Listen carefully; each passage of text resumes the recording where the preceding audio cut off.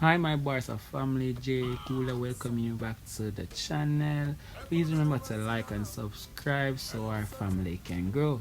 We're gonna talk about FC Barcelona's pressing style under Hansi Flick's leadership, acknowledging the negative and positive areas on the pitch while the style of play is being used. Because as a true Barcelona supporter, we want to look at the negative areas or concern about the pressing style that Barcelona is currently using.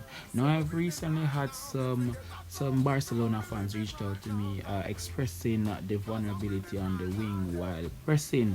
Right, so now we're going to take a more in-depth look at the system that Barcelona is using while pressing aggressively to win back possession of the ball. Now let's dive into it. Barcelona originally set up on paper in a 4-3-3 formation, but while pressing for the ball, the formation changed to something like a more of a 4-2-2-2 formation. Now in this formation, Hansi Flick basically used the players to press based on their ability to do the pressing that he wants them to do. Here we see where Lewandowski is not that mobile like 5 or 4 seasons ago. So he has Lewandowski dropping midfield while Rafinha and Yamal does the press. And now if Rafinha and Yamal does the press, it means the opposition has 2 free players, and that may cause an issue for Barcelona. So what Hansi Flick did is that he had Pedri, right, dropping into this area, right, just to eliminate the 2v1 against Balde, and on this end he has Casado dropping into that area to eliminate the 2v1 on Kunde as well. Now because of the pressing from Yamal and Rafinha, these 2 players are free, and that is one of our biggest concerns this season as a Barcelona fan, right? Now on the bigger teams it might be a damaging effect. Now seeing that these 2 players are free, Pedri is allotted to mark one or close the space for one, and Casada is doing the same for the other. That leaves 2 players. Now what Hansi Flick has done, he has basically asked the back line, right, to the defenders to push up, right, closing the passes, forcing them to attack centrally. Now we saw during the match where Pedri had to be tracking back a lot because of his role in the team. Now in an instance, if Balde had say attacked the free space with the man on the ball basically, right? So if this man is the man on the ball and Balde has to go, now Pedri is the person who's asked to do this tracking or this covering for him.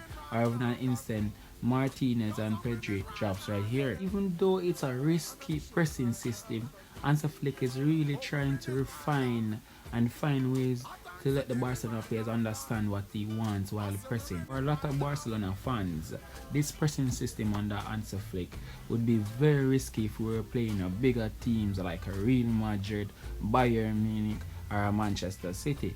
It would be very risky. Now, we watched a preseason where Hansi Flick played a preseason game against Manchester City, where we didn't see the press from Rafinha and Yamal, right? He had them sitting wide, and Lewandowski sat more in the midfield, blocking the central passes to the midfielders, right?